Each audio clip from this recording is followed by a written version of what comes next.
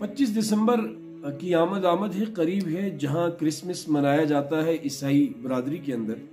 تو جب بھی کرسمس کا تہوار آتا ہے تو عیسائی برادری میں ایک سرو نما درخت، اس کو سجایا جاتا ہے، اس کو گھر کے باہر لگایا جاتا ہے، اس قسم کے ماڈل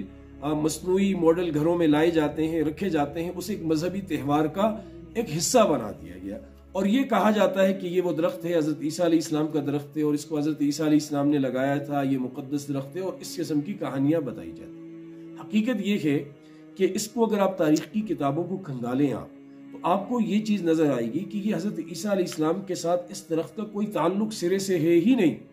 نہ حضرت عیسیٰ علیہ السلام نے اس درخت کو لگایا ہے اور نہ اس کی کوئی حقیقت ہے۔ یہ عیسائیوں کی کتابوں کی بات میں کر رہا ہوں۔ اگر آپ تھوڑا سا جائیں تو وہاں آپ کو تاریخ میں یہ بات نظر آئے گی کہ غالباً 7ویں صدی تھی عیسوی کہ ایک راہب، ایک پادری، وہ جرمنی میں کوئی تبلیغ کر رہا تھا، ایک تبلیغی سفر پر وہاں گیا ہوا تھا کسی قصبے میں۔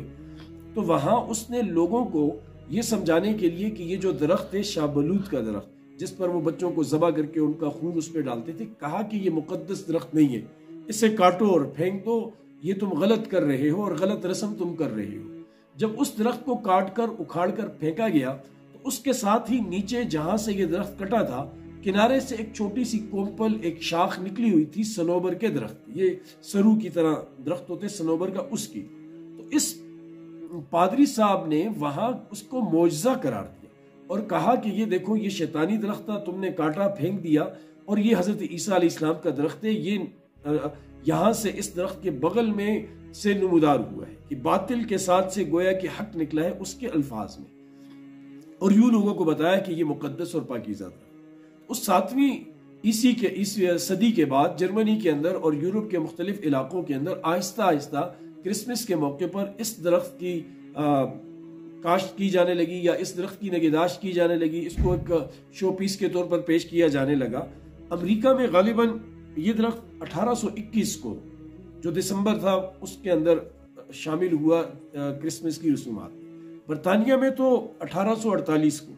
مطلب یہ جو بڑے دو ملک ہیں عیسائیت کے، برطانیہ اور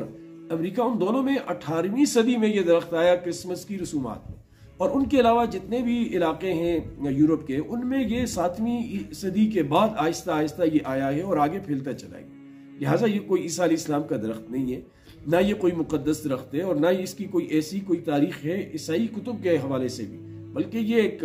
پادری کا بنا بنایا افسانہ ہے۔ جس طرح ہمارے ہاں مذہب میں، اسلام میں بہت ساری چیزیں نہیں ہیں، اور وہ کچھ مولوی صاحبان، کچھ پیر صاحبان اور کچھ ایسے ویسے دیگر صاحبان کی طرف سے بیچ میں گسیڑ دی گئی اور بنا کر پیش کر دی گئی، اسی طرح عیسائیت کے اندر بھی یہ ایک ایسا ہی گڑا ہوا منصوبہ ہے۔